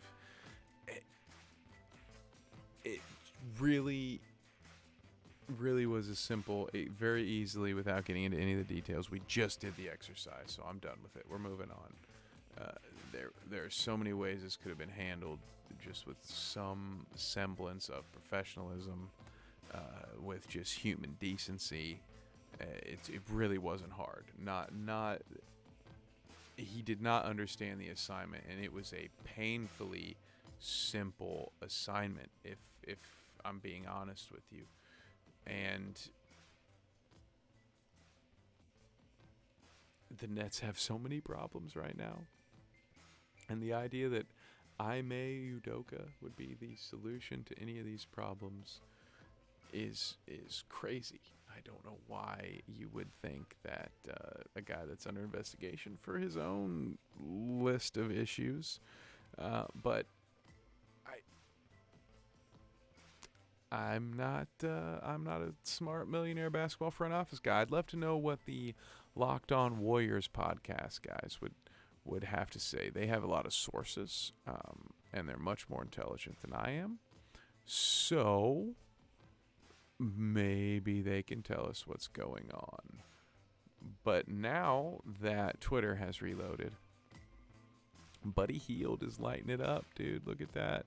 Who's that with the most threes since 2019-18 high score? What's that mean? Did I break it? Said Buddy Hield. Future Laker, probably. Oh, it stings. I hate it. Oh, God. My God. But I want to talk about that briefly. You know what? Actually, while we're here, because I haven't had a chance to look at this, and we're close to the, I don't know about if we're close to the end. Maybe we're pretty close. Let's look at the Miles Turner Lakers trade talk, because it's hard to talk about Buddy and not talk about Miles, because it's very likely that the two of them are going to be If you're the packaged Lakers, together. would you So let's hear do this. the two picks? Would you do the two picks? You've been hearing. Let's see. Okay, so the Woj pod. So Woj asked him this. This got asked to me on the bounce. Was asked to me how I felt about this. And now this will be my chance to hear all 50 seconds of the clip. So I will address it after we've listened to it. So here we go. You've been hearing it for months. So I'll ask you, if you're the Lakers, would you do the two picks? Would you do the two picks? Oh, that's such an intriguing question. So first of all, this is your fault, Woj. So I want to talk about that. With all the tampering rules that we have, why the hell is Adrian Wojnarowski even asking this question? The tampering rules need to go, I think, completely. Just going to start there. In almost every other profession, if you want to go look into your options for working somewhere else, so long as you're doing your job, so long as you're meeting the commitments of your contract, what does it matter? He should be able to talk openly and freely about where he'd like to go. It sucks. As a fan of the franchise, if I'm in the Pacers front office, I'm probably pulling Miles aside and saying, hey, man, if you get asked about this in the future, can you just not answer? And then I'm calling Woj and I'm being like, listen, you're cut off. And I'm telling my employees, if I find out any of you are associates of Woj's, we're going to have some problems. Because if anyone's tampering here, it's fucking Adrian Wojnarowski. It's the journalist. He's tampering. He set this up. He asked this question. So before I even hear Miles' response, knowing now the context of that he was directly asked this question and that this was the question that he was asked, I'm torn here, because I get it as a journalist that you want to ask a good question. It's a great question to ask in the off season, maybe. Is it even a good, you're actively asking a guy if another team should trade 2 first-round picks for him. This doesn't sit well. Let's see what he has to say. I don't think I could get mad at him for whatever he would have to say at this point, though, because he shouldn't even be being asked this question.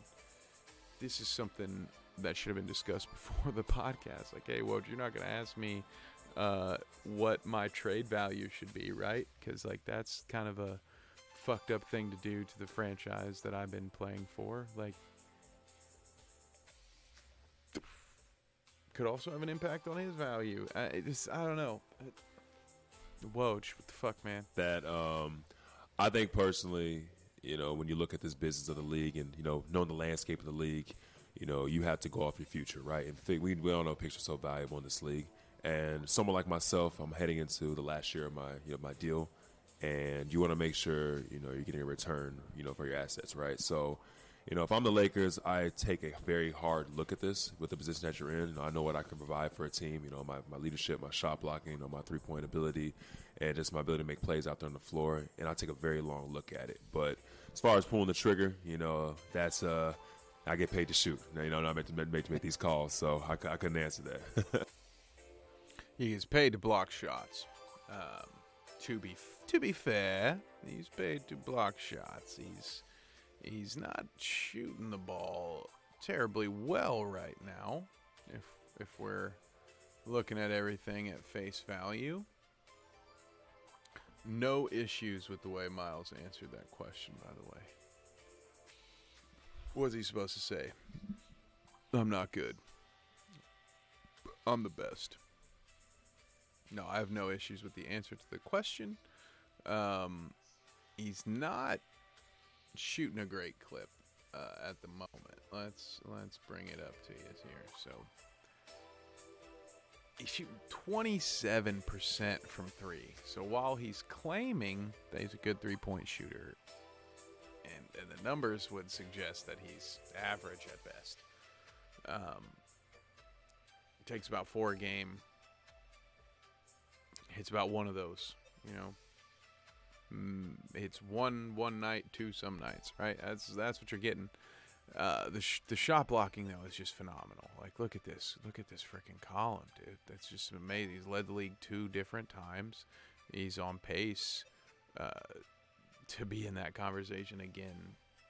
Now, I've talked about it previously, and I think that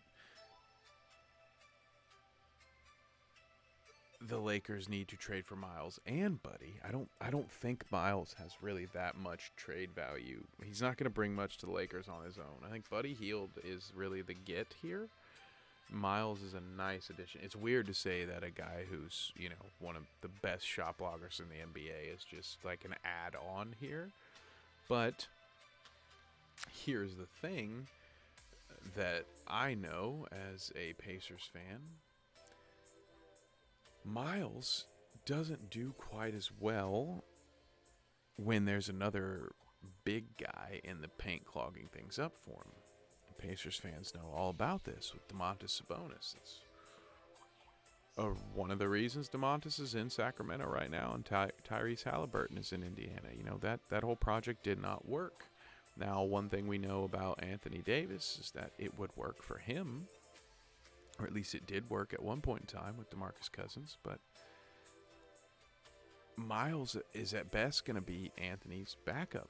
I genuinely think if they brought LeBron back to the 3, put Davis at the 4, Turner at the 5, Hield at the 2, this sounds nice, doesn't it? But no, it doesn't work. That does not work unless Miles is somehow going to get in the gym and drastically improve that 3-point stroke, and he's going to play stretch 4 but be the 5 on defense and the 4 on offense. Maybe I just don't see it working. So it's going to have to, Buddy Hield's going to have to be involved, and at this point I really don't know where the Russ Westbrook of it all fits in, because he is playing well off the bench, and that could be something that works, but the Lakers can't make this trade without Westbrook going to the Pacers, and they have no need for that. he has expressed he won't take a partial buyout. He wants the full amount. So I am not sure how this whole thing is going to play out. But yeah, there's no way, in my opinion, that Miles Turner gets traded to the Lakers unless Buddy Hield is also part of that deal, because Miles just isn't bringing enough on his own to that team. Absolutely brings some things that they need, but their biggest need right now, I think, offensively, is on the perimeter. So Miles, I don't know, man. I am still a little butthurt at Woj for asking that question, although, again, I completely understand why he would have to ask. And good on you, Miles, for avoiding that freaking minefield that is the would you what would you do if you were the other team? Would you trade 2 first-round draft picks for you? Like, how is he supposed to answer that question, you dick? And as we get back to where we were here,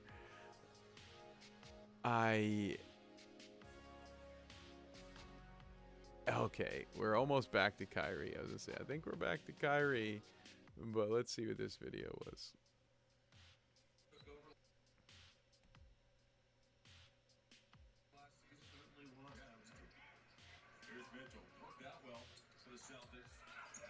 Oh, yes. And again.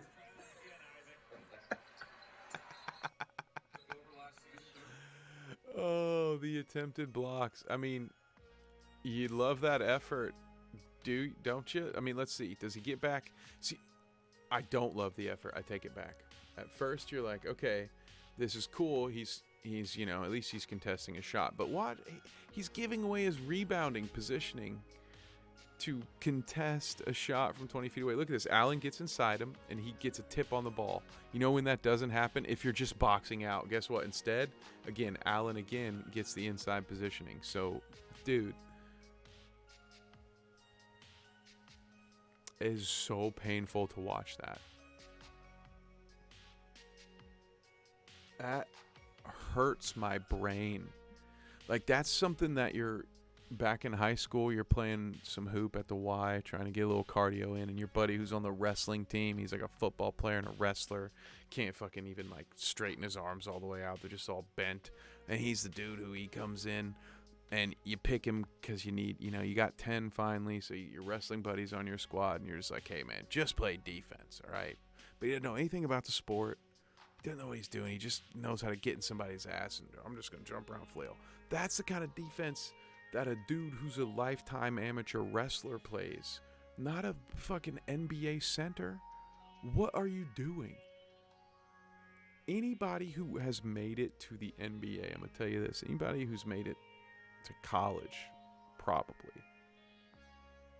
is not going to be impacted by even a 7-foot tall person jumping from the paint to contest their 3-point jumper. He's doing literally nothing while also giving away his rebounding positioning. And I can't believe I spent that long on such a stupid clip, but that hurts my brain, you guys. That really hurts. Why would you ever do that?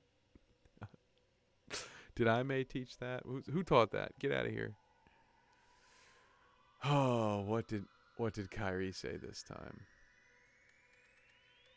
Kyrie, while we're on the topic of promotion, why did you decide to promote something that Alex Jones said? That was a few weeks ago.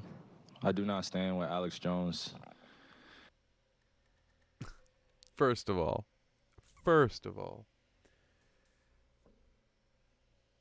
don't start your retort by saying that was a few weeks ago. Is that your defense? I don't know. Yeah, people are allowed to change, I guess. I don't know. It's just it's kind of a dismissive thing. Oh, I made that. That was my opinion 2 weeks ago. Am I supposed to be accountable for that? Jeez. Yeah, that was years ago, man. What are you talking about? Position, narrative, court case that he had with Sandy Hook, or any of the kids that felt like they had to relive trauma, or parents that had to relive trauma, or to be dismissive to all the lives that were lost during that tragic event. My post was a post from Alex Jones that he did in the early 90s or late 90s about secret societies in America of occults. And it's true. So I wasn't identifying with anything of being a campaignist for Alex Jones or anything. A Just there to campaignist. post. A campaignist. Let me actually, guys, bear with me for a second. I am going to search this one. Let's do it. Let's do it official. Let's do it on the old Google. And let's see. Is that a word? Because I would like to be wrong here. Campaignist. Not looking good. Oh? Oh, okay. Okay. Let's go. It is a word. I love it. I learned a new word today. Word sense dictionary. Campaignist. Let's go. Kyrie teaching me something, dude. 1922, the Australian Sugar Journal. This is certainly making out a good case of cheap sugar. Campaignist. I was pleased. I want the definition of the word. It's giving me a campaigner. Okay.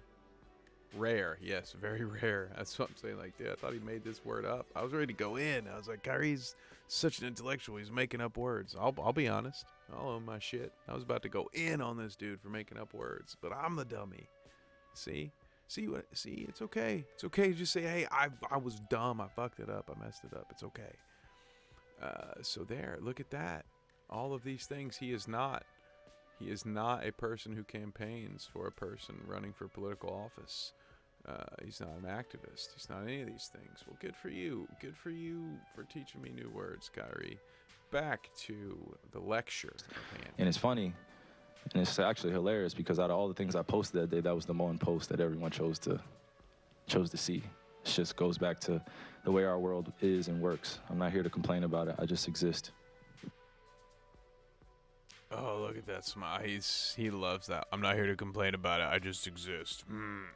It's a great line to drop after you just complained about something. Of all the posts I made today, that's the one people chose to see. The smugness and you get to a certain point when you believe in this mumbo jumbo that you've done so many mental jumping jacks and backflips like to get to where you are, that there's a certain pride that in order to admit to yourself that you're wrong would be to admit like a lot of little failures along the way. And it's a hard thing to do for someone who doesn't live in a world where an ego is so much about what they do. Like, to be a professional athlete, like, you have to have that dog in you. You have to be an egotistical person. You just do. At least when you're in between those lines, you do. Especially to get to the level that Kyrie's gotten to. So he has to operate with this sense of, like, I'm right, I'm better than you, I'm smarter than you. And so when he's got these ideas in his head, he's so smug about them, and it's very hard to palate, to be honest, especially when you know how off base he is with some of the things that he says. But let's continue. But see how smug he is about this. And to follow up on the promotion of the movie and the book. Can you please stop calling it a promotion? What am I promoting? What else would you call it? Put it out on your platform. But I'm promoting it? Yes. Do you see me in front of the title?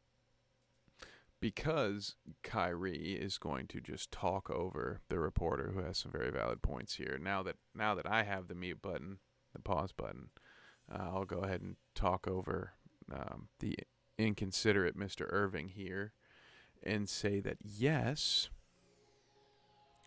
putting something out on your platform, especially when you have a larger following than the creator of the content that you are sharing, it could be viewed as promotion.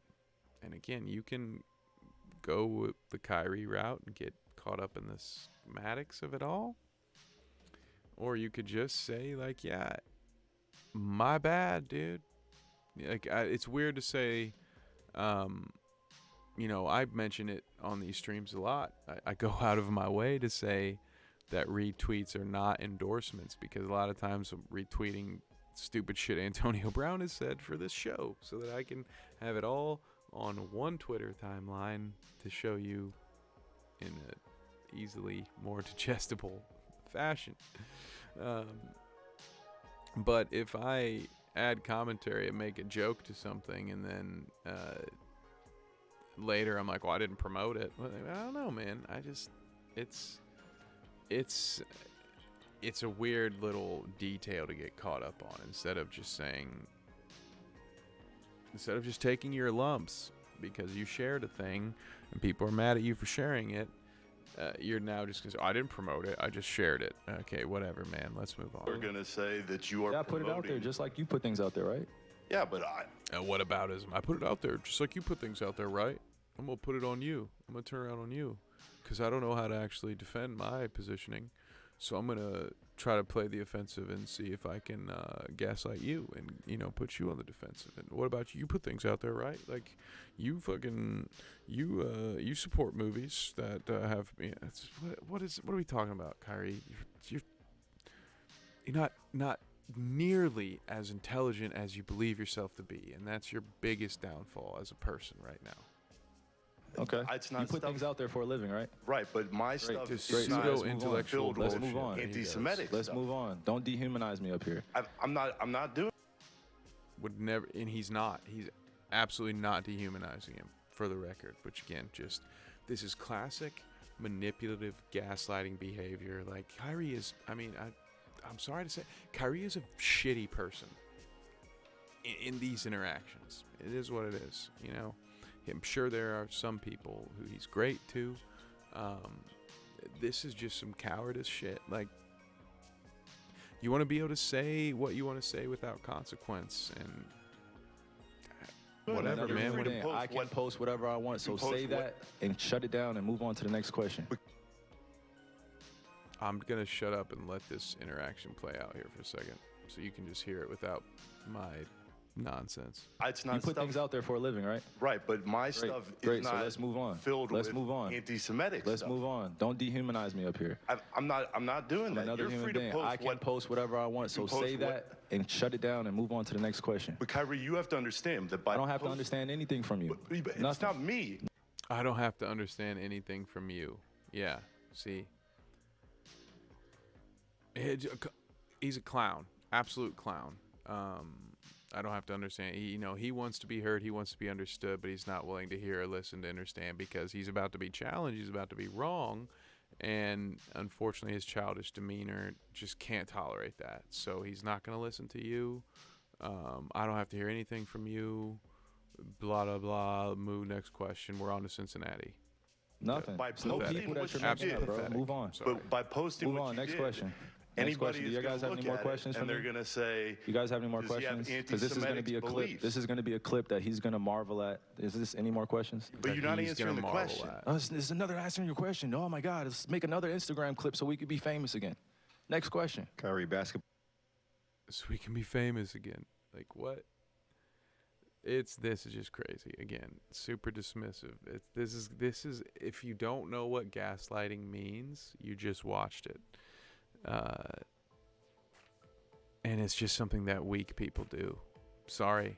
I mean, in other ventures, in other ways, Kyrie has had to be a very strong person to get where he's gotten. But when it comes to this, when it comes to being challenged on his ideas, I have rarely seen a weaker person in a public setting when it comes to having to actually defend your ideas. You want to stand up there and spout out this shit that's half thought out, that you haven't even fully baked into your own mind, and then when people want to come challenge you on it, you have nothing to say because there's no actual information built in. You're just, again, regurgitating things that you don't necessarily understand enough to truly believe.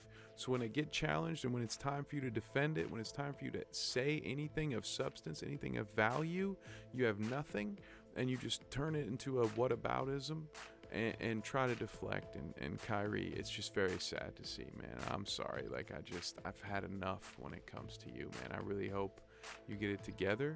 You're one of the most talented basketball players of all time. and one of the most unfortunate head cases that I've seen in a long time as well. And I really hope you can find some peace and go back to doing great things. Now here's a man who's doing some great things in China.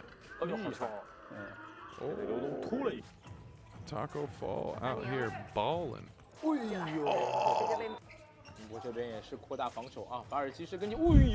Turned into Wilt Chamberlain is the quote. I don't know why that clip's in there. Dunked on a... 正常的第3节用的状态。现在呢，就看看。To some extent, though, in some of those plays, he's a foot taller than everybody, though. 好球啊！好球啊！好，内线给他华尔，跟自己来顶啊！看这个球怎么吹，2+1啊！Comment below if you think this turns into a 10-day.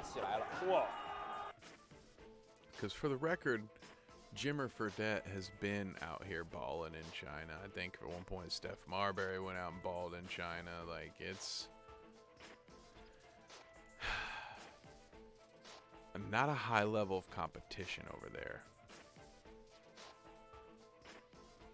Now, I'm being honest with you. I think your boy, this one, could go over to China and make.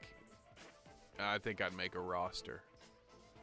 I don't think I'd play, but I think I'd make a roster. I mean, you got Taco Fall out here getting into the lane and intercepting passes, so it's not the beacon of athleticism. But I'm about to turn it into an article. You can bet your ass on that. Look for me. Last word on hoops. Taco Fall is the Wilt Chamberlain of China. Commanders have announced, we are very close, we're almost up to today. Look at this. The Commanders 2 days ago announced that Tanya and Dan Snyder have hired Bank of America Securities to explore the sale of their franchise. Well, I tell you what, can't find a more classier establishment, a more above board company to sell your above board operation than the Bank of America. They are partnered with Wells Fargo, whom we all know has never, not once, not never had any weird thing ever happen. They are a beacon of stability in this nation, and they only do what's right by the American principles. Okay, so while I'm done biding my time because the lovely letterhead has loaded, boom, there it is. BOFA, B of A, for those of you who don't know, to consider potential transactions. So there you go. They announced they've hired Bank of America to consider some sales. Snyder's remain committed to the team, all of its employees, and its countless fans to putting the best product on the field and continuing the work to set the gold standard for work. No, they did not. No, they did not. I have to read it again because I just was so blown away. The Snyders remain committed to the team, all of its employees, and its countless fans to putting the best product on the field and continuing the work to set the gold standard for workplaces in the NFL. So that the set the gold standards for workplaces in the NFL is just so laughable that it somehow supersedes the ridiculous formatting of that final sentence. My 7th grade English teacher came back to life, had an aneurysm, and died again reading that fucking sentence. What does that even say? Okay. The Snyders remain committed to the team, comma, all of its employees and countless fans to putting the best product on the field and continuing the work to set the gold standard for, like, there's a period somewhere. That is not all one sentence. Oh my god, I'm done. I'm not here to talk more about the Commanders, except that looks like old Jim Irsay was right, huh? Old Jimmy said, hey, they got all the dirt on me. Everybody knows about my little pill problem. What you gonna do, Danny? And 12 days later, Danny's out. He is who we thought he was, huh? Here we go. We talked about David earlier. Here he is. He's back. He did a pretty decent job, though. He did a pretty decent job this week, too. We're about to see it. We're about to see it. But meanwhile, the XFL Boomers. Is this real? Put that shit on. No, of course. AB just made this.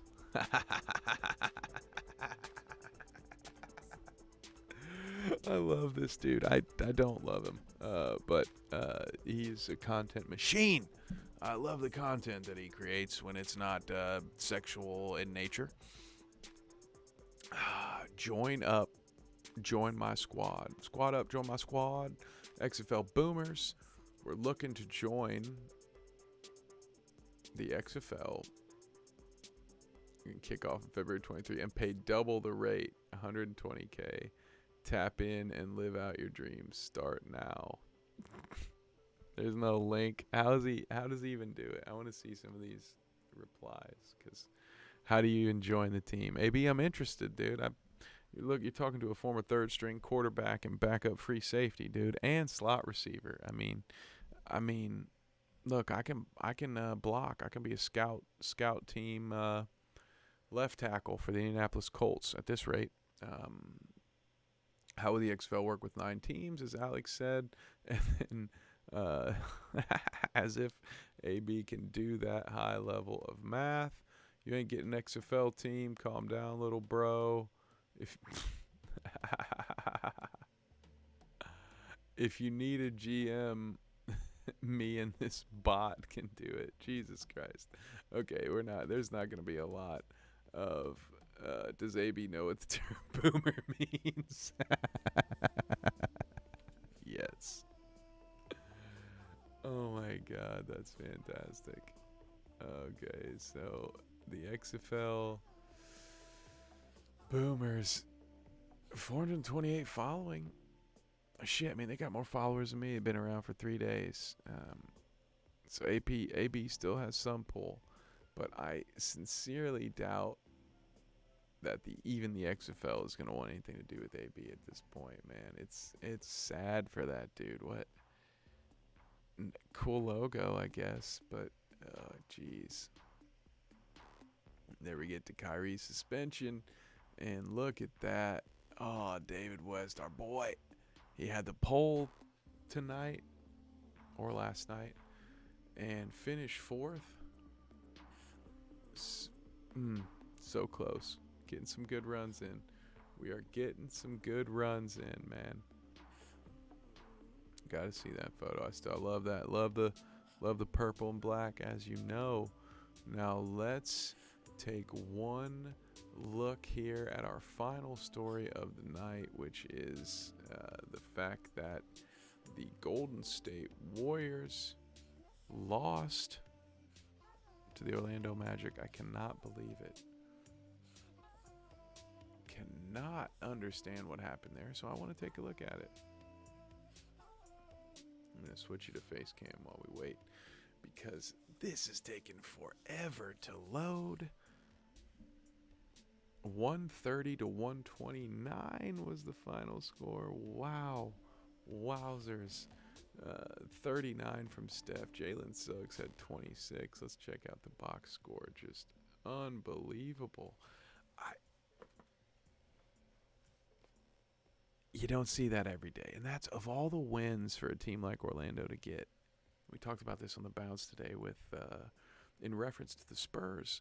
Like, of all the wins to get when you're a team like Orlando that is trying to lose games, to pull out a dub against the Dubs is like, what are you guys doing?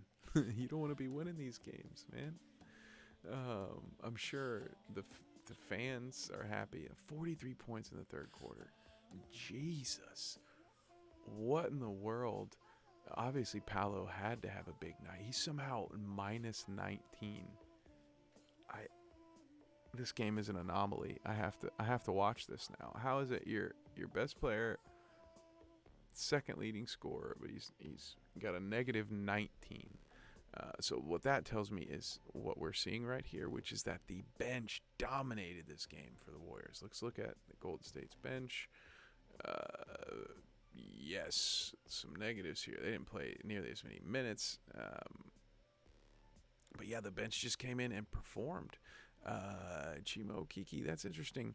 I swear, the fantasy league that I'm in has been begging me. Yahoo has been begging me to sign this dude, and I just haven't done it because I don't have space for him on my roster. But he had a big night here: 16 points, 9 rebounds, quality minutes there. RJ Hampton with a night, 15 in 20 minutes, and Harris with.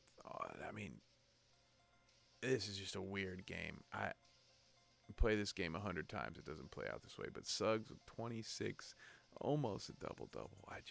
What? And the Warriors have a game, tomorrow?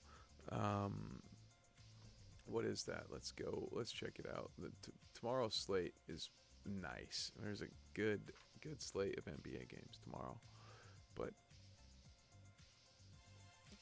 the Warriors have the Pelicans tomorrow. That's who it was. That's what I was thinking of. And they're just, I feel bad for the Pelicans. A game that I thought they could have won before today. And now that Golden State's going to be licking their wounds after a loss to Orlando. Sorry, Pelicans. You're in for another one. But that is going to do it for tonight, guys. I just want to say thank you so much, all of you that tuned in. I saw you coming and going as you came in. So I greatly appreciate you spending some time with me today. Be sure to like and subscribe. If you're joining us on YouTube after the fact, follow us on Twitter. You can follow me on Twitter at @KevNivick_, or of course follow us at Bite Size Sports. That information is all down here, so check it out.